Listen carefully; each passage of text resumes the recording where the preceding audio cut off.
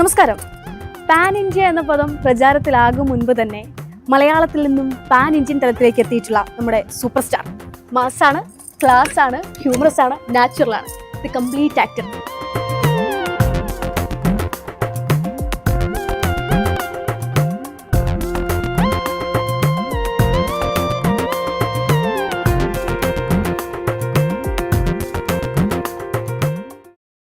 വീണ്ടും ഓരോ ഓണക്കാലമാണ്. ഓണക്കാലത്തിനപ്പുറത്തേക്കൊരു ഉർവശിക്കാലം കൂടിയാണ്. അങ്ങനൊരു വാക്കുണ്ടോ, ഉർവശിക്കാലം എന്നൊരു? അല്ല, ഓരോ ആക്ട്രസിന് അല്ലെങ്കിൽ ഒരു ആക്ടറിന് ആളുടെ കാലഘട്ടമായിരുന്നു എന്ന് പറയുമല്ലോ. പക്ഷെ എനിക്കൊന്നും ചേച്ചിൻ്റെ കാര്യത്തിൽ അങ്ങനെയില്ല. ചേച്ചി വരുന്ന കാലമൊക്കെ ചേച്ചിൻ്റെ കാലഘട്ടമാണ്. അതൊരു ദൈവത്തിൻ്റെ അനുഗ്രഹം. പിന്നെ എന്നെ സ്നേഹിക്കുന്ന ആൾക്കാരുടെ എണ്ണത്തിനൊട്ടും കുറവുണ്ടായില്ല എന്നുള്ളതാണ്.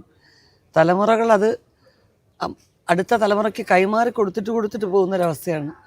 അപ്പോൾ എന്നെ ഇന്നത്തെ യങ്സ്റ്റേഴ്സ് കാണുമ്പോൾ എൻ്റെ അമ്മയുടെ വലിയ ഇഷ്ടപ്പെട്ട ആളാണ് ഞങ്ങൾക്ക് കേട്ടോ. അപ്പോൾ ചില പിള്ളേർക്ക് ഞാൻ ചോദിക്കും, അപ്പോൾ നിങ്ങളുടെ അമ്മയ്ക്കും ഇഷ്ടമുള്ളൂ, നിങ്ങൾക്ക് ഇഷ്ടമല്ലേ എന്നെ?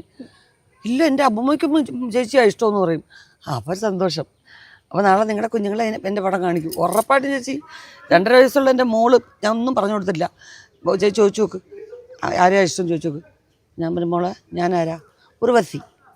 ഹായ്, പടം കണ്ടിട്ടുണ്ടോ? ഓൻ്റെ. അപ്പോൾ അത്രയും കേൾക്കുമ്പോൾ ഒരു സന്തോഷമുണ്ടല്ലോ, അത് ഉണ്ട്. വിക്കിപീഡിയയിൽ വരെ ഉർവശി ചേച്ചിന് ഉർവശി എന്ന് സെർച്ച് ചെയ്യുമ്പോൾ അതിൽ ഉർവശി, കവിതാരഞ്ജനി അഥവാ പൊടിമോൾ എന്നാണുള്ളത്. ഇപ്പോൾ സംസാരിക്കുമ്പോൾ ഒരു ചൈൽഡിഷ്നെസ്, ഒരു കുട്ടിത്വമുണ്ട്. നമ്മളെ ബാലിങ്ങനെ കാത്തു സൂക്ഷിക്കുക എന്ന് പറയുന്നത് അത്ര എളുപ്പമല്ല. ഉർവശി ചേച്ചിയിൽ എപ്പോഴും ഒരു പൊടിമോളുടെ ഷെയ്ഡ് ഇങ്ങനെ ഉണ്ടോ? ഉണ്ട്, തീർച്ചയായിട്ടും. അത് എന്നെ ചുറ്റിയുള്ള അന്നത്തെ സിനിമയിലെല്ലാവരും അവരെല്ലാവരും എന്നെ ആ രീതിയിൽ എന്നെ വിളിക്കുകയും അങ്ങനെ വാത്സല്യമായിട്ട് സംസാരിക്കുകയും ചെയ്തിരുന്നവരാണ്. കുറച്ച് ഗൗരവമായി കഴിഞ്ഞാൽ എന്ത് പറ്റി ഉർവശി അത്ര ഗൗരവം ഇന്ന് ചോദിക്കാൻ അവകാശമുള്ള ആൾക്കാരാണ്. പിന്നെ നോക്കിക്കഴിഞ്ഞപ്പം എനിക്ക് കുഞ്ഞുങ്ങളായി കഴിഞ്ഞപ്പം, മോളായി കഴിഞ്ഞപ്പോഴേ ഞാൻ അവളോട് സംസാരിക്കുന്നത് അവളുടെ ഭാഷയിലാണ്. അമ്മേരെ കുഞ്ഞേ, മക്കൾക്ക് എന്തോ വേണം ഇങ്ങനെ പറയുമ്പം അവൾ വളരുന്തോറേ വളരുള്ളൂ. പക്ഷെ അവൾ വളർന്നു പറഞ്ഞാൽ അവൾ വളരെ ഗൗരവക്കാരി. അമ്മ അങ്ങനെ പറയരുതെന്നൊക്കെയുള്ള ആളായി. പക്ഷെ ഞാൻ പിന്നെ ആ സ്റ്റേജിൽ തന്നെ നിൽക്കുക. കഴിഞ്ഞ ദിവസം സിബി മലയിലിൻ്റെ 40ാം വാർഷിക ആഘോഷിച്ച സമയത്താണ് ഞാൻ ശരിക്കും നോക്കിയത്. ബോഡി ലാംഗ്വേജും സംസാരവും ഒക്കെ അതാണോ ഈ പറഞ്ഞത്? ചില ആളുകളുടെ അടുത്തേക്ക് എത്തുമ്പോൾ ഉർവശി ചേച്ചി ആ പൊടിമോളാവുന്നുണ്ടോ? ഉണ്ട്, തീർച്ചയായിട്ടും. ഒരു കൃത്യമായ ഒരു ചോദ്യം തന്നെയാണ്. എന്നെ ആ പ്രായത്തിൽ കണ്ടിട്ടുള്ളവരോട് സംസാരിക്കുമ്പോഴൊക്കെ ഞാൻ അറിയാതെ അങ്ങനെ ആവും. കാരണം അവരുടെ മുമ്പിൽ നിൽക്കുമ്പോൾ ഞാൻ ആ പ്രായത്തിലാണെന്ന് ഞാനങ്ങ് വിശ്വസിക്കും. ഇപ്പം മുകേഷ് ചേട്ടൻ, സുരേഷ് ഗോപി, അങ്ങനെ നമുക്കെല്ലാവരും എല്ലാവർക്കും അറിയാം അവരുടെ ഒപ്പം ഞാൻ അഭിനയിച്ചിട്ടുള്ളതും. അപ്പോൾ ഓരോരുത്തരോടും ഇപ്പം IV ശശി, അദ്ദേഹം ഇല്ലെങ്കിൽ പോലും എത്ര സിനിമകൾ, അങ്ങനെ ഒരുപാട് ഡയറക്ടേഴ്സിൻ്റെ മുമ്പിൽ ഞാൻ കുട്ടിയാണെന്ന്. ഈ കുട്ടിത്വം അതേസമയം മാസ്സായിട്ട് അഭിനയിക്കുക. ഞാൻ നേരത്തെ ഇൻട്രോയിൽ പറയുമ്പോൾ തന്നെ മാസ്സാണ്, ക്ലാസ്സാണ്, ഹ്യൂമർ സെൻസിൻ്റെ അങ്ങേയറ്റമാണ്. ചേച്ചി വന്നു നിന്നാൽ തന്നെ ചിരിക്കുന്ന ചില രംഗങ്ങളുണ്ട്, ചേച്ചി നോക്കിയാൽ ചിരിക്കുന്ന രംഗങ്ങളുണ്ട്. അതുപോലെ നാച്ചുറൽ ആക്ടിങ് അത് അതിഗംഭീരമാണ്. ശരിക്കും റിയാലിറ്റിയിൽ ചേച്ചി ആരാ? ഞാൻ വളരെ ഗൗരവക്കാരിയാണ് സത്യം പറഞ്ഞ. കൊച്ചിലേ മുതലേ പുസ്തകങ്ങളെ ഇഷ്ടപ്പെടുന്ന, പരീക്ഷയൊക്കെ കൃത്യമായിട്ട് പഠിച്ചെഴുതുന്ന, അധ്യാപകരുടെ സ്നേഹം പിടിച്ചു പറ്റണം, മാതാപിതാക്കളുടെ സ്നേഹം പിടിച്ചു പറ്റണം, അവരെ അനുസരിക്കണം, അവർ പറയുന്നത് കേൾക്കണം, അതിൽ പ്രധാന കാര്യം പഠിക്കണം. പിന്നെ എൻ്റെ അച്ഛനും അമ്മയും ഉച്ചാരണം വളരെ കൃത്യമായിരിക്കണമെന്ന് ചിന്തിക്കുന്നവരാണ്. അപ്പോൾ സ്കൂളിൽ പത്രവായന എനിക്കായിരുന്നു. അങ്ങനെയുള്ള വാർത്തകൾ രാവിലെ വായിക്കുക, കവിതകൾ ചൊല്ലിക്കുമ്പോൾ എന്നെക്കൊണ്ട് ചൊല്ലിക്കുക. അപ്പം അങ്ങനെയാണ് കവിതാപാരായണം, പിന്നെ ഉപന്യാസം, ഇതൊക്കെയാണ് പഠിക്കുമ്പോൾ ഉണ്ടായിരുന്ന എൻ്റെ ഒരു ഏരിയ. വീട്ടിലും അങ്ങനെ തന്നെയായിരുന്നു. അങ്ങനെ തമാശ പറയുന്ന കുട്ടിയൊന്നും ആയിരുന്നില്ല ഞാൻ. ലാലേട്ടൻ കഴിഞ്ഞ ദിവസം പറഞ്ഞൊരു കാര്യമുണ്ട്, പഴയ സിനിമകൾ ഞാൻ കാണാറില്ല, കണ്ടു നിൽക്കാൻ പറ്റില്ല, പേടി വരും. ചേച്ചിയാണെങ്കിൽ ആ മുതിർന്ന ആർട്ടിസ്റ്റുകൾക്കൊപ്പം തുടങ്ങിയിട്ടാണ്, കുഞ്ഞുകുട്ടിയായിപ്പോൾ തുടങ്ങി. എങ്ങനെയാണ് പഴയ സിനിമകളെ സമീപിക്കുമ്പോഴും? അന്നൊന്നും എൻ്റെ എല്ലാ സിനിമകളും എനിക്ക് കാണാൻ പറ്റിയിട്ടില്ല. കാരണം അന്ന് ചെന്നൈയിലാണ് പ്രിവ്യൂ ഷോ ഇടുന്നത്. അപ്പോൾ നമ്മൾ ഏതെങ്കിലും ഷൂട്ടിങ്ങിലായിരിക്കും, അല്ലാതെ പ്രത്യേകിച്ച് നമുക്കായിട്ട് ഷോ ഒന്നും ഇടില്ല. ഒരു പ്രാവശ്യം ഇടും, അപ്പോൾ വീട്ടിലെല്ലാവർക്കും കാണാൻ പറ്റും. പിന്നെയാണ് ഞാൻ എൻ്റെ സിനിമകൾ ഈ സാറ്റലൈറ്റ് ചാനൽസ് വന്നതോടു കൂടിയാണ് കാണാൻ തുടങ്ങിയത്. അപ്പോൾ പോലും എനിക്ക് പല സിനിമകളും ഞാൻ കാണാത്തതുണ്ട്. എനിക്കെൻ്റെ സിനിമകൾ കാണുമ്പോൾ തോന്നുന്നത് ബാലിശമായിപ്പോയി, ഇപ്പോഴായിരുന്നെങ്കിൽ ഇനിയും കുറച്ചുകൂടെ നന്നായിട്ട് ചെയ്യാമായിരുന്നു മനസ്സിലാക്കി. അന്ന് വെറുതെ ഒരു കുട്ടികളി പോലെ ചെയ്തതല്ലേ എന്നൊക്കെ തോന്നും. അന്നുള്ള പല ആക്ടേഴ്സ് ഇന്ന് ജീവനോടെ ഇല്ല എന്നുള്ളൊരു യാഥാർത്ഥ്യം ഉണ്ടല്ലോ. തീർച്ചയായിട്ടും. അതിപ്പം സിനിമയിൽ എൻ്റെ ഒപ്പം അഭിനയിച്ചായിരുന്നു മാത്രമല്ല, എൻ്റെ ജീവിതത്തിൽ തന്നെ പലരും ഉണ്ടായിരുന്നവർ ഓരോരുത്തരും, എൻ്റെ അനിയൻ, എൻ്റെ ചേച്ചി, എൻ്റെ സിനിമകളുടെ കാര്യങ്ങളെല്ലാം നോക്കിയിരുന്ന എൻ്റെ അങ്കിള്, എൻ്റെ അച്ഛൻ്റെ സ്ഥാനത്ത് അദ്ദേഹമാണ് നോക്കിയിരുന്നതെല്ലാം. അപ്പോൾ അങ്ങനെ ഒത്തിരി പേര്, അച്ഛനേക്കാൾ ഞാൻ സ്നേഹിച്ചിരുന്ന എൻ്റെ അച്ഛൻ്റെ അമ്മ, എൻ്റെ അമ്മൂമ്മ, അമ്മയുടെ അമ്മ, അതൊക്കെ കൂട്ടുകുടുംബമായിട്ടാണ് ഞങ്ങൾ ചെന്നൈയിലും താമസിച്ചിരുന്നത്. അങ്ങനെ ഒരുപാട് പേര് കടന്നുപോയി. സിനിമയിലേക്ക് എത്തുമ്പോൾ തോന്നുന്നു അവരുടെയൊക്കെ കൂടെ നോക്കുമ്പോൾ ഇനി ആരാ എന്നൊരു ചോദ്യം വരും. അത് മനുഷ്യ സഹജമാണ്. മികച്ച കൊമേഡിയൻ അവാർഡ് കൊടുക്കണം, കൊമേഡിയയ്ക്ക് അവാർഡ് കൊടുക്കണം എന്ന് ഏറ്റവും കൂടുതൽ ആവശ്യപ്പെട്ടിട്ടുള്ള ഒരു ചേച്ചിയാണ്. ജഗദീഷ് കുമാറിൻ്റെ കാര്യമായിരുന്നു ഏറ്റവും കൂടുതൽ, കൽപ്പന ചേച്ചിൻ്റെ ഒക്കെ കാര്യം പറഞ്ഞിട്ടുണ്ട്. ഇന്ന് നിർഭാഗ്യവശാൽ നമുക്കൊപ്പം ജയചേട്ടനുണ്ടെങ്കിലും അഭിനയിക്കാൻ പറ്റുന്ന അവസ്ഥയല്ല. പക്ഷെ ഇന്നത്തെ ഒരു താരനിര അല്ലെങ്കിൽ ഇന്നത്തെ ഒരു നടി നടന്മാരെ വയ്ക്കുമ്പോൾ അങ്ങനെ ആ അവാർഡ് വേണം എന്നുള്ള ആവശ്യം ചേച്ചിക്ക് ഇന്നും തോന്നുന്നുണ്ടോ? അങ്ങനെ ആ തരത്തിൽ തീർച്ചയായിട്ടും അതിനൊരു വാല്യുബിൾ ആയിട്ടുള്ളൊരു സ്ഥാനം ഇന്നത്തെ തലമുറ വളരെ മിടുക്കരായിട്ടും വളരെ അപ്ഡേറ്റ് ചെയ്തും നിൽക്കുന്നവരാണ്. പക്ഷേ ഹ്യൂമർ എന്ന് പറയുന്നതിൻ്റെ പ്രാധാന്യം അറിഞ്ഞ് അവർ സിനിമ ചെയ്യുന്നുണ്ടോ എന്ന് എനിക്കറിയില്ല. ഒരു ഹ്യൂമർ എന്ന് പറഞ്ഞാൽ സ്ലാപ്സ്റ്റിക് ഉണ്ട്, അതിൽ ഡയലോഗ് ഹ്യൂമറുണ്ട്, ഓൺലി എക്സ്പ്രഷൻസ് മാത്രം ഇത് ചെയ്യുന്ന ഹ്യൂമറുണ്ട്, അതിന് തന്നെ ഒരു മ്യൂസിക്കൽ വാല്യൂ ഉണ്ട്. ഇപ്പോഴും പഴയ ചില മ്യൂസിക് ഇന്നും നമ്മൾ കേൾക്കുമ്പോൾ ടോയൻ ടോയൻ ടോയൻ എന്ന് കേൾക്കുമ്പോൾ അത് കോമഡി ആണെന്നാണ്. അങ്ങനെ ചില മ്യൂസിക്കുകളുണ്ട്, അതിനെത്ര പ്രാധാന്യമുണ്ട്. അത്രയും പ്രാധാന്യം ഈ തലമുറ കൽപ്പിക്കുന്നുണ്ടോ എന്നുള്ള കാര്യത്തിൽ എനിക്കൊരു സംശയമുണ്ട്. ഇപ്പോൾ ഇഷ്ടമുള്ളൊരു കൊമേഡിയൻ അല്ലെങ്കിൽ ചേച്ചി ചിരിപ്പിക്കുന്ന ആരെ ഇപ്പോഴത്തെ ഒരു നടന്മാരിൽ? ഇല്ല, എല്ലാവരും ഒരുവിധം ഹ്യൂമർ കൈകാര്യം ചെയ്യാൻ അറിയാവുന്നവരാണ്, അവർക്ക് ഇഷ്ടവുമാണ്. ഇപ്പോൾ സിദ്ദിഖ് ലാലിനെ പോലെ ഇപ്പം ഏറ്റവും ഉദാഹരണം ഈ തലമുറയ്ക്ക് പറയാൻ അറിയണമെങ്കിൽ സിദ്ദിഖ് ലാലിൻ്റെ ഹ്യൂമർ, സത്യനന്ദിക്കാടിൻ്റെ ഹ്യൂമർ, അതൊക്കെ കാലാതീതമാണ്. അതൊക്കെയാണ് നമുക്ക് ഉദാഹരണം എന്ന് പറയാനൊക്കെ ഉള്ളൂ. കാരണം സത്യേട്ടൻ ഇന്ന് സജീവമാണ്. അപ്പോൾ അദ്ദേഹത്തിൻ്റെ സിനിമകളിലെ ഇമോഷനും ഹ്യൂമറും എല്ലാം നമ്മളെ എങ്ങനെയെങ്കിലുമൊക്കെ സ്പർശിച്ചു പോകും. അപ്പോൾ അങ്ങനെ നോക്കുമ്പം എനിക്ക് തോന്നുന്നത് നായകന്മാരിൽ ഏറ്റവും കൂടുതൽ ഫ്ലെക്സിബിളായിട്ട് ഹ്യൂമർ ചെയ്യാൻ പറ്റുന്നത് ഫഹദ് ഫാസിലാണ്. അതുകൊണ്ടാണ് ഫഹദ് ഫാസിലിനോട് എനിക്കൊരു എന്താ പറയുക ഒരു പ്രത്യേക സ്നേഹം, ഒരു നടനായിട്ട് തോന്നുന്നു ഫഹദ് ഫാസിലിനാണ്. അതായത് പണ്ട് മമ്മൂക്കയാണോ ലാലേട്ടനാണോ ചോദിക്കുമ്പോൾ എന്താ ശ്രീനിവാസിന് സൗന്ദര്യം ചോദിച്ചിട്ട് തീർച്ചയായിട്ടും ശരിക്കും ആരെ ഇഷ്ടപ്പെട്ട ആക്ടർ? എക്കാലത്തും എനിക്ക് ഇഷ്ടപ്പെട്ട ആക്ടർ ശ്രീ ഭരത് ഗോപിയാണ്. ഹ്യൂമറായാലും വ്യത്യസ്ത തലങ്ങളിലെ വേഷങ്ങൾ ചെയ്യാൻ എൻ്റെ ആ പ്രായത്തിൽ അട്രാക്റ്റ് ചെയ്ത ഗോപിയമ്മാവനെ പോലെ മറ്റൊരു നടൻ അത് ഉണ്ടായിട്ടുമില്ല, ഇനി ഉണ്ടാവുകയില്ല. എൻ്റെ എല്ലാ കാലത്തെയും എൻ്റെ ഫേവറേറ്റ് നടൻ ഗോപിയമ്മാവൻ തന്നെയാണ്. അത് വീട്ടിലെ കുഞ്ഞിലേ മുതൽ എൻ്റെ അമ്മ ഗോപിയണ്ണ എന്നാണ് വിളിക്കുന്നത്. എൻ്റെ അച്ഛൻ്റെ അടുത്ത സുഹൃത്താണ്. ഒരു നാടകത്തിൻ്റെ ഒരു തട്ടകത്തിൽ അവർക്ക് പരസ്പരം അത്ര ബഹുമാനമാണ്. അപ്പോൾ ഗോപിയമ്മനെ ഞാൻ അത്ര അടുത്തെനിക്ക് അറിയാവുന്നതിന് വാത്സല്യം അനുഭവിച്ചിട്ടുള്ളതുകൊണ്ട് ചിലർ നമ്മൾ അവരുടെ പ്രാധാന്യം ഇല്ലാതെ പോകും. പക്ഷെ അന്നും ഒന്നിച്ചഭിനയിക്കുമ്പം എൻ്റെ അച്ഛനായിട്ടാണ് മലയാളത്തിൽ ആദ്യം എൻ്റെ അമ്മ നിൻ്റെ ചക്കി, അതിൽ തേങ്ങാച്ചലപ്പം പിള്ള എന്ന് പറഞ്ഞൊരു ക്യാരക്ടർ എനിക്ക് മറക്കാനേ പറ്റത്തില്ല. അതിൻ്റെ നാച്ചുറൽ പെർഫോമൻസ്. നാലാമത്തെ സിനിമയായ കരിമ്പിൻ പൂനക്കരെ വന്നപ്പോൾ പരോക്ഷമായെങ്കിലും അദ്ദേഹം എൻ്റെ നായകനായി വരുമായിരുന്നു. പിന്നെയും ഏതൊക്കെയോ സിനിമകൾ ചെയ്തു ഞാൻ. ഏറ്റവും ഒടുവിൽ അദ്ദേഹത്തിൻ്റെ ഏറ്റവും ഒടുവിലത്തെ ചിത്രം ഭാര്യ സ്വന്തം സുഹൃത്ത്, അതിലും അദ്ദേഹം ആ അസുഖത്തിനൊക്കെ ശേഷവും അഭിനയിക്കാൻ വന്നിരുന്നു. അപ്പോൾ എനിക്ക് അദ്ദേഹത്തിൻ്റെ സിനിമകൾ ഇങ്ങനെ ഫോളോ ചെയ്യും. കാറ്റത്തെ കിളിക്കൂടാകട്ടെ, കാണാതായ പെൺകുട്ടിയാകട്ടെ, ഒരുപാട് സിനിമകൾ. അപ്പോൾ എനിക്ക് ഗോപിയമ്മനെ ഇഷ്ടം. പിന്നെ ഫഹദിനെ എനിക്കിഷ്ടം. ഫഹദിൻ്റെ ഹ്യൂമർ എനിക്ക് വലിയ ഇഷ്ടമാണ്. സത്യേട്ടന് വേണ്ടിയും പിന്നെ ഫഹദിന് വേണ്ടിയും കൂടിയാണ് ഞാൻ ഒരു ഇന്ത്യൻ പ്രണയകഥ ഒത്തിരി പ്രാവശ്യം കണ്ടു. എനിക്ക് ഇഷ്ടമാണ് ഫഹദിൻ്റെ. പിന്നെ എല്ലാ നടന്മാരും, പൃഥ്വിരാജടക്കം എല്ലാ നടന്മാർക്കും ഹ്യൂമർ ഇഷ്ടമാണ്. ഓരോരുത്തർക്കും ഓരോ സ്റ്റൈലാണ്. പക്ഷെ ഇത് പൃഥ്വിരാജിനെ പറ്റി പറഞ്ഞപ്പോഴാ കഴിഞ്ഞ ദിവസം സുകുമാരനെ പറ്റി പറഞ്ഞ് വെച്ച് നിർത്തിയിരുന്നു, പൂർണ്ണമാക്കിയിട്ടില്ല ചേച്ചി. ഓഗസ്റ്റ് 1 പറ്റി പറഞ്ഞു വന്നപ്പോൾ അല്ലേ? അയ്യോ, അതെന്താ പറയുക, ആ പടത്തിനെ കുറിച്ച് പറയാവോ പറഞ്ഞൂടായോ എന്നുള്ളൊരു സംശയത്തിൽ ഞാൻ എങ്ങും എത്താതായിപ്പോയി. സുഗുങ്ങളൊരു പ്രത്യേക സ്വഭാവക്കാരനായിരുന്നു.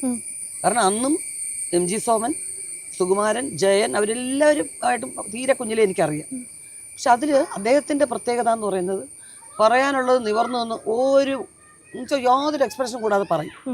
കലച്ചേച്ചി, ഞാൻ ഓഗസ്റ്റ് 1 അദ്ദേഹത്തിൻ്റെ പടം ചെയ്യുന്നതിന് മുമ്പ് 4-5 കൊല്ലത്തിന് മുമ്പ് കലച്ചേച്ചി അദ്ദേഹത്തിൻ്റെ ഹീറോയിനായിട്ട് അഭിനയിച്ചു. ഒരു പടത്തിൽ അഭിനയിച്ചപ്പോൾ എൻ്റെ അച്ഛനെയും നന്നായിട്ട് അറിയാവുന്ന എൻ്റെ അമ്മയെടുത്ത് ചോദിച്ചു, ചേച്ചി ആകെപ്പാടെ നരുന്ന് പോലെ ഒരു കുഞ്ഞ്, ഇതിനെ ഹീറോയിനായിട്ട് ഇറക്കിയോ?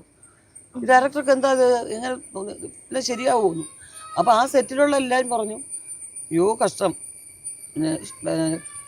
ശ്രീവിദ്യ, കനകദുർഗ, ജയഭാരതി, അംബിക, സീമ, മേനക ഇങ്ങനെയുള്ളൊരു നല്ല ഹെഫ്റ്റി ആയിട്ടുള്ള ഹീറോയിൻസിൻ്റെ കൂടെ അഭിനയിച്ചിട്ട് കലച്ചേച്ചി തീരെ മെലിഞ്ഞിട്ടും ഇതെങ്ങനെ ശരിയാവും, സുകുമാരൻ്റെ കൂടെയൊക്കെ ശരിയാവും എന്നൊക്കെ ചോദിച്ചൊരവസ്ഥ ഉണ്ടായിട്ടുണ്ട്. അപ്പം ഞാനാകുമ്പോഴൊന്ന് ആലോചിച്ച് നോക്കിയേ, കലച്ചേച്ചിയേക്കാൾ 3-4 വയസ്സിന് ഇളയതാണ് ഞാൻ. അതിനും കുറച്ചാലും ശേഷമാണ് ഞാൻ പോകുന്നത്. അപ്പം ആ പടത്തിന് ആദ്യം പോകുന്ന കൽപ്പന ചേച്ചിയാണ് ഓഗസ്റ്റ് 1. സ്പോട്ടിൽ ചെന്നിട്ട് രണ്ടിൻ്റെ കൽപ്പന ചേച്ചി തിരിച്ചു വന്നു. കാരണം ഇന്നസെൻറ്റിൻ്റെ പേരായിട്ട് അഭിനയിക്കുന്ന ഇത്രയും പ്രായത്തിന് മൂത്ത ഇന്നസെൻറ്റിൻ്റെ പേരായിട്ട് അഭിനയിക്കാൻ എനിക്ക് ബുദ്ധിമുട്ടുണ്ട്. അപ്പോൾ അമ്മ ആകെ ഇതിലായി. ആ പ്രൊഡ്യൂസറെ ചിന്തിക്കണ്ടേ, സിബിച്ചേട്ടൻ അന്ന് പുതിയ ആളാണ്. അത് കഴിഞ്ഞ് ഞാൻ 3 ദിവസം കഴിഞ്ഞ് പോകണം. അങ്ങനെ വരുമ്പോൾ ഇനി അദ്ദേഹം എങ്ങനെ റിയാക്ട് ചെയ്യും? അപ്പോൾ അമ്മ പറഞ്ഞു സുഖം എങ്ങനെ റിയാക്ട് ചെയ്യും? കലമോളെ അഭിനയിപ്പിക്കുമ്പോഴേ സുഖം പറഞ്ഞു ഈ നരുന്ന് പെണ്ണിനെ എന്തിനാ അഭിനയിപ്പിക്കുന്നതെന്ന്. അപ്പോൾ ഇതിനെ എന്തോ പറയും. അപ്പോൾ അരോമാമണി എന്ത് ചിന്തിക്കും? വന്നു കഴിഞ്ഞാൽ അയ്യോ ഇതാണോ എൻ്റെ ഭാര്യ എന്നെല്ലാം പറഞ്ഞാലോ. അതിനു വേണ്ടി പക്ഷെ എന്നാലും അമ്മ പറഞ്ഞു ഇപ്പോൾ അങ്ങനെയൊന്നും ഉണ്ടാവില്ല എന്ന് പറഞ്ഞു. പിന്നെ അതിന് ഞാൻ സാരി എടുക്കുന്നു, പുതയ്ക്കുന്നു, ഒട്ടുവയ്ക്കുന്നു, എന്നാൽ ഒരു കണ്ണാടി വെക്കട്ടെ എന്ന് ചോദിക്കുന്നു. സ്വയം അപകർഷതാബോധം ഉണ്ടായിരുന്നു, എനിക്ക് സെറ്റാവത്തില്ല, എനിക്ക് തെറ്റാവത്തില്ല, അയ്യോമേ അങ്ങനെ സെറ്റാവോ എന്താവോ ഇങ്ങനെ ഒരു പേടിയുണ്ടായിരുന്നു. പക്ഷെ അദ്ദേഹം അത് വിദഗ്ധനായിട്ട് ഞാൻ കൂളായിട്ട് അവിടെ മേക്കപ്പ് മാനും എല്ലാം പറഞ്ഞു കൂളായിട്ട് സുഖമായിട്ടാന്ന് വിളിച്ചിട്ട് അങ്ങ് ഹാൻഡിൽ ചെയ്തോണം. അങ്കിളേന്നും കൂടെ വിളിക്കുമ്പം അദ്ദേഹം പറയും എന്താണെന്ന് വെച്ചാൽ അങ്കിളേന്നും വിളിച്ചോണ്ട് ഇത് ഭാര്യയായിട്ട് അഭിനയിപ്പിക്കുന്നത് പോലും ചോദിച്ചോളാം. അപ്പം ഞാനത് കാര്യമൊക്കെ മനസ്സിൽ സുഖമായിട്ടാ വളരെ ഗൗരവത്തിൽ അങ്ങനെ അങ്ങ് മെയിൻറ്റെയിൻ ചെയ്തു. എൻ്റെ സുധാകരേട്ടാ, ഈ തോക്കുമ്പോഴും ദേഷ്യപ്പെടുമ്പോഴും അപ്പോഴത്തെ മുഖം കാണാൻ ഒരു പ്രത്യേക സൗന്ദര്യ. ആ പറയുന്ന കുറേ ഡയലോഗുകളുണ്ട്. അത് എനിക്ക് തോന്നും ഇപ്പം നമ്മൾ പുരുഷ നായകന്മാരുടെ കുറേ ഡയലോഗുകൾ ഇങ്ങനെ കാലാതീതമായി നിലനിൽക്കുന്ന പോലെ ചേച്ചി പറഞ്ഞിട്ടുള്ള ഡയലോഗുകളൊക്കെ ഇങ്ങനെ കാലാതീതമാണ്. ചേച്ചി പറയുന്നു ഞാനൊരു ഡയറക്ടറിൻ്റെ നായികയാണെന്ന് പറയുന്നിടത്ത് അതെങ്ങനെ സ്വയം ഇംപ്രവൈസേഷൻ ഇല്ലാണ്ട് ഒരാൾക്ക് അങ്ങനെ പറ്റുമോ? എവിടെയെങ്കിലും സ്വന്തമായിട്ടിട്ട ഡയലോഗൊക്കെ ഉണ്ടോ ശരിക്കും? തീർച്ചയായിട്ടും ഉണ്ട്. അതെൻ്റെ ഡയറക്ടേഴ്സ് എനിക്ക് അനുവദിച്ച് തന്നതാണ്. അവരിലുള്ള ഏറ്റവും വലിയ ഒരു നന്ദി പറയുന്ന സംഗതി എന്ന് പറയുന്നത്. കാരണം എനിക്കതിൻ്റെ സ്വാതന്ത്ര്യം തന്നു. ഞാനത് പറഞ്ഞപ്പോൾ ആ കുഴപ്പമില്ല നന്നായിരുന്നു ഋഷി എന്ന് പറയുന്ന ആ ഡയറക്ടേഴ്സിൻ്റെ കോൺഫിഡൻസ് ഇല്ലേ, അതാണ് എന്നെ എല്ലാ കാലത്തും നിലനിർത്തിയിട്ടുള്ളൂ. ഇപ്പോൾ ആ വെണ്ടയ്ക്ക കറി പറയുന്ന ആ സീന് സത്യേട്ടൻ പറഞ്ഞു ഋഷി പറഞ്ഞു നോക്ക് വരും അച്ചുവിൻ്റെ അമ്മ. അത് സത്യേട്ടൻ്റെ ആത്മവിശ്വാസമാണ് ആ സീൻ നന്നായത്. അല്ലാതെ അല്ലെങ്കിൽ പകർച്ച വന്നേനെ. അതിൻ്റെ ഇടയ്ക്ക് സത്യേട്ടൻ്റെ ഒരു ഇൻപുട്ട് ക്യാമറയുടെ പറയുന്ന ആ കടുകുറ എന്ന് പറഞ്ഞു സത്യേട്ടൻ. അപ്പം തന്നെ ഞാനത് കൂടെ ചേർത്ത് പറഞ്ഞു. ഈ ഉത്സവമേളത്തിലെ ജഗതി ചേട്ടനുമായിട്ട് ചേച്ചിയും ജഗതി ചേട്ടനും ഓപ്പോസിറ്റ് വരുന്നൊരു റോൾ ഉണ്ടല്ലോ, അതെ അതെ കനകപ്രഭ വരുന്നൊരു ഭാഗം, അതിൽ മുഖത്തുള്ള എക്സ്പ്രഷൻ ഏതൊക്കെയാണ് ശരിക്കും നവരസങ്ങൾക്ക് അപ്പുറത്തുണ്ടെന്ന് എനിക്ക് തോന്നല്ലേ? അതൊക്കെ എന്ന് പറഞ്ഞാൽ നമ്മളെ സ്വതന്ത്രമായിട്ട് നമ്മളെ അഭിനയിക്കാൻ വിടുകയും നമ്മളൊരു വിശ്വാസം അർപ്പിക്കുകയും നമ്മളെ കുടുംബത്തിലൊരാളായിട്ട് കണക്കാക്കുകയും ചെയ്യുന്ന ആൾക്കാരുടെ ഇടയിൽ നമ്മൾ അങ്ങനെ ചെയ്തു പോകുന്ന കേട്ടോ. നിങ്ങൾ തമ്മിലൊരു ഫൈറ്റ് ഉണ്ടായിരുന്നു, രണ്ടാളുടെ മുഖത്ത് ഇങ്ങനെ മാറി മാറി വരികയാണ്. അതൊക്കെ വരും. അതെ, അതെന്ന് വെച്ച് കഴിഞ്ഞാൽ പിന്നെ അമ്പിളിങ്കലിനെയും ഞാനങ്ങനെ ഇപ്പം ഏറ്റവും വലിയൊരു സസ്പെൻസ് ഉണ്ട് അതിൽ. ഞങ്ങളൊന്നിച്ച് അഭിനയിച്ചേക്കും. ആണോ? തീർച്ചയായിട്ടും. അത് നമ്മുടെ പ്രേക്ഷകർക്ക് എന്തായാലും ഒരു ഹാപ്പി ന്യൂസ് ആണ്, എക്സ്ക്ലൂസീവ് വാർത്തയാണ് അല്ലേ? തീർച്ചയായിട്ടും. എപ്പോഴുണ്ടാവും? അല്ല അത് പറയാറായിട്ടില്ല, പക്ഷെ അതുണ്ടാവണമെന്ന് ഞാൻ ഒരുപാട് ആഗ്രഹിച്ചിരുന്നു. തീർച്ചയായിട്ടും. അപ്പോൾ അത് നടപ്പിലാകും എന്ന് തന്നെയാണ് എൻ്റെ വിശ്വാസം. എനിക്കത് കുറേ ആളുകളുടെ സ്വപ്നമായിരിക്കും നിങ്ങളൊക്കെ വീണ്ടും ഒരുമിച്ച് നിങ്ങളൊക്കെ ഒരു ഫ്രെയിമിൽ കാണുക എന്നുള്ളത്. ഇപ്പം നമ്മൾ അദ്ദേഹം അഭിനയിച്ചു കഴിഞ്ഞാൽ തീർച്ചയായിട്ടും കുറേയെങ്കിലും പൂർവ്വസ്ഥിതിയിൽ ആയേക്കാം എന്നുള്ളൊരു വിശ്വാസം കൂടെ ഉണ്ട് അതിനകത്ത്. ഉള്ളൊഴുക്കിലെ കഥാപാത്രം ഘനീഭവിച്ച ഒഴുക്കാതെ ചിത്രത്തിൻ്റെ പേരിലാണ്. അങ്ങനെ ഒരു ഘനീഭവിച്ച അവസ്ഥ ഉർവശിച്ചിൻ്റെ ജീവിതത്തിൽ ഉണ്ടായിട്ടുണ്ടോ? ഉണ്ടായിട്ടുണ്ട്, ഉറപ്പായിട്ടും ഉണ്ടായിട്ടുണ്ട്. ആ അവസ്ഥയിൽ നിന്നും കടന്നു പോകാൻ വളരെയധികം പ്രയാസപ്പെട്ടിട്ടുണ്ട്. അതുകൊണ്ടാണ് ലീലാമ്മയെക്കുറിച്ച് ചോദിക്കുമ്പോഴൊക്കെ ഞാൻ എന്തെങ്കിലും തമാശ പറഞ്ഞും ആ ചോദ്യം നേരിടാതെ രക്ഷപ്പെടുന്നതും അതിൻ്റെയൊക്കെ പേരിലാണ്. അത് ഉള്ളിൽ കെട്ടി നിൽക്കുന്ന ഒരു വല്ലാത്തൊരവസ്ഥ തന്നെയാണ്. അത് ഞാനൊന്ന് വിശ്രമിക്കുമ്പോൾ അത് വീണ്ടും എന്നെ ആക്രമിക്കും. അതിന് എത്ര കാലം എടുക്കുമെന്നറിയില്ല. ഉള്ളൊഴുക്കിൽ അവാർഡ് പ്രഖ്യാപിക്കുന്നു, സഹനടിയിലേക്ക് അത് മാറുന്നു. ആ സമയത്ത് ചേച്ചീനോട് ചോദ്യം ചോദിക്കുമ്പോൾ നമ്മളൊന്നും പ്രതികരിച്ചില്ലെങ്കിൽ ഇവിടെ ഒന്നും സംഭവിക്കില്ല എന്ന് പറയുന്നൊരു ചേച്ചീൻ്റെ പ്രതികരണം. അങ്ങനെ പ്രതികരിച്ചാൽ ഇവിടെ എന്തെങ്കിലും മാറ്റം ഉണ്ടാവുമെന്ന് പ്രതീക്ഷിക്കുന്നോ? അതായത് ലോകത്ത് സമത്വം നടപ്പിലാക്കിയത് സിനിമയിലൂടെയാണ്. അതാർക്കും അറിയില്ല.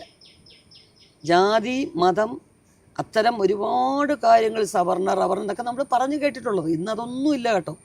ഇന്നാരൊക്കെയോ വീണ്ടും ഈ തലമുറക്ക് അറിയാത്ത കാര്യങ്ങളെ വിഷലിപ്തമാക്കാനായിട്ട് കുത്തിപ്പൊക്കി എന്തൊക്കെയോ സഹതാപം പിടിച്ചു പറ്റാൻ ശ്രമിക്കുന്നുണ്ട്. എൻ്റെ മോക്കോ എൻ്റെ മോനോ ആ തലമുറക്കൊന്നും അതിനെപ്പറ്റി അറിയത്തേ ഇല്ല. പക്ഷെ നമ്മൾ കേട്ടറിഞ്ഞ ഒരു കാലഘട്ടത്തിൽ സിനിമ എന്നൊരു കലാരൂപം വരികയും ആ സ്ക്രീനിന് മുമ്പിൽ ഒരു കൂത്താടി നിന്ന് ആണ് നിശബ്ദ സിനിമയുടെ കഥ പറഞ്ഞു കൊടുത്തിരുന്നത്. അവിടെ എല്ലാവരും സമന്മാരായി ഇരുന്നിരുന്നു. കുറച്ച് മുൻപിലാണ് യജമാനന്മാരിരുന്നിരുന്നത്. പക്ഷേ ഏറ്റവും പുറകിലിരുന്ന അടിയാന്മാർക്കാണ് കറക്റ്റ് വിഷൻ കിട്ടുക. അതറിയാനുള്ള ബോധം അന്നുള്ളവർക്കില്ല. ഏറ്റവും പുറകിലിരിക്കുന്നവനാണ് യജമാനൻ എന്ന് കാണിച്ചു കൊടുത്തത് സിനിമയാണ്.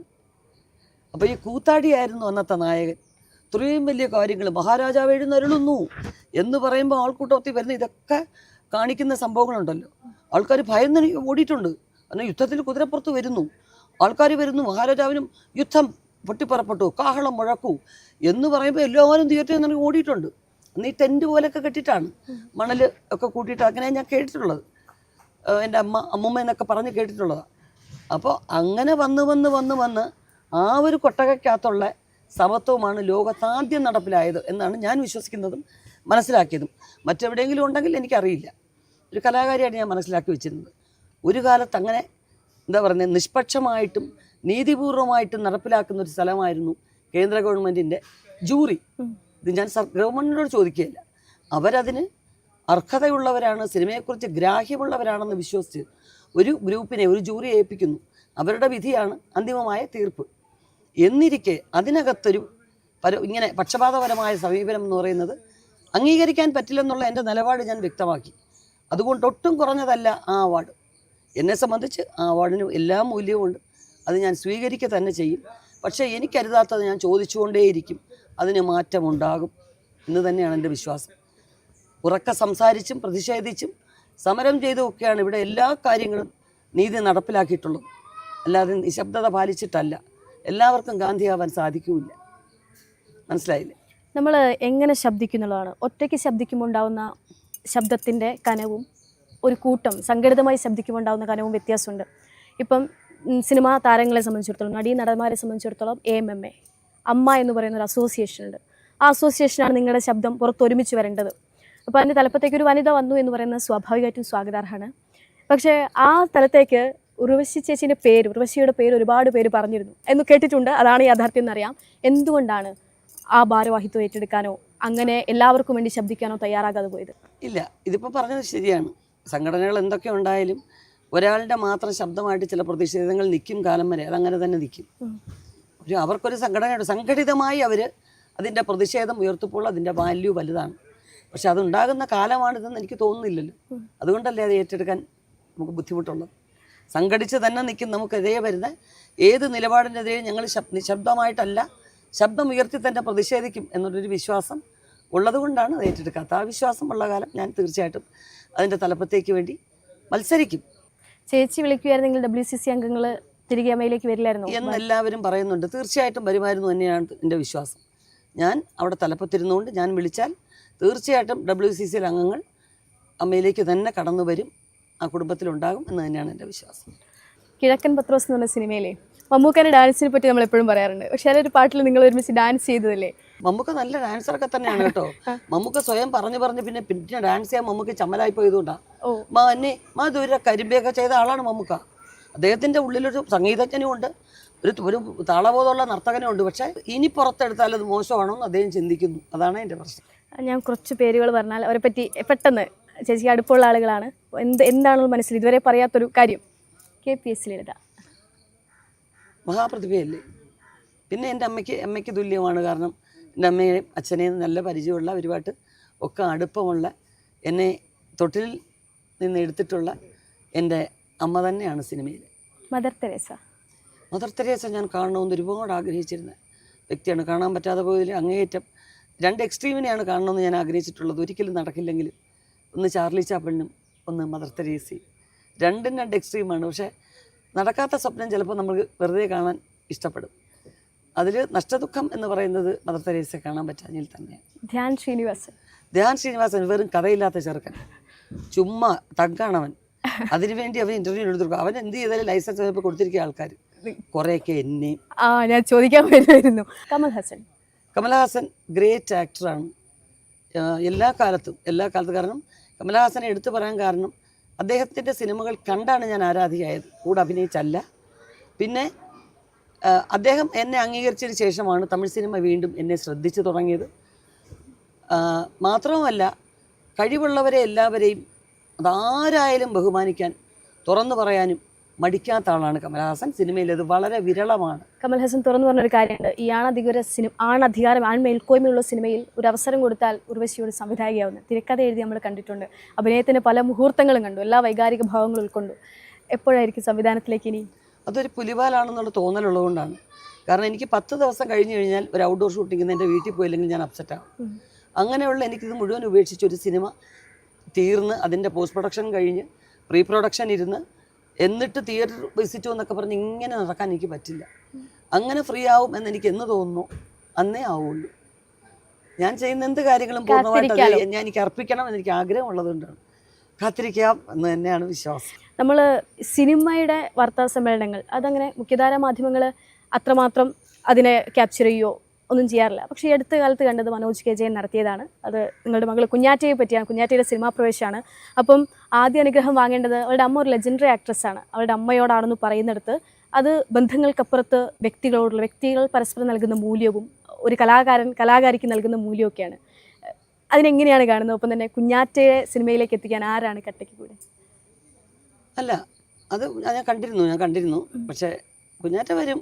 ഞങ്ങളുടെ മക്കൾ, എല്ലാ മക്കളും, ഞങ്ങളുടെ ചേട്ടത്തി അനിയത്തിമാരുടെ എല്ലാവരും അനിയൻ്റെയും ഒക്കെ മക്കൾക്ക് ഇവിടെ വരാനാണ് ആഗ്രഹം. അത് ഞങ്ങൾ എതിർക്കില്ല, നല്ല വേഷമാണെങ്കിൽ. പിന്നെ വാർത്താ സമ്മേളനത്തിൽ ഇത്തരം കാര്യങ്ങൾ പറയുന്നത് എല്ലാ കാലത്തും അത് ചിന്തിച്ചിരുന്നെങ്കിൽ ഒരുപാട് നഷ്ടങ്ങൾ ഒഴിവാക്കാമായിരുന്നു എന്ന് തോന്നുന്നു, അല്ലേ? അവൾ ജനിക്കുന്നതിന് മുമ്പും അതിനൊക്കെ മുൻപും ഞാൻ ഈ കഴിവൊക്കെ കൊണ്ട് ഇവിടെ നിൽക്കുന്നുണ്ടായിരുന്നു. ഇപ്പോഴും അങ്ങനെ തന്നെ നിൽക്കുന്നു. പക്ഷേ അങ്ങനെയൊന്നും സംഭവിച്ചില്ലായിരുന്നെങ്കിൽ ഇന്ന് ഇത്രയും വലിയ എന്താ പറയുന്നത്. നമസ്കാരം, എല്ലാവർക്കും ഓണാശംസ.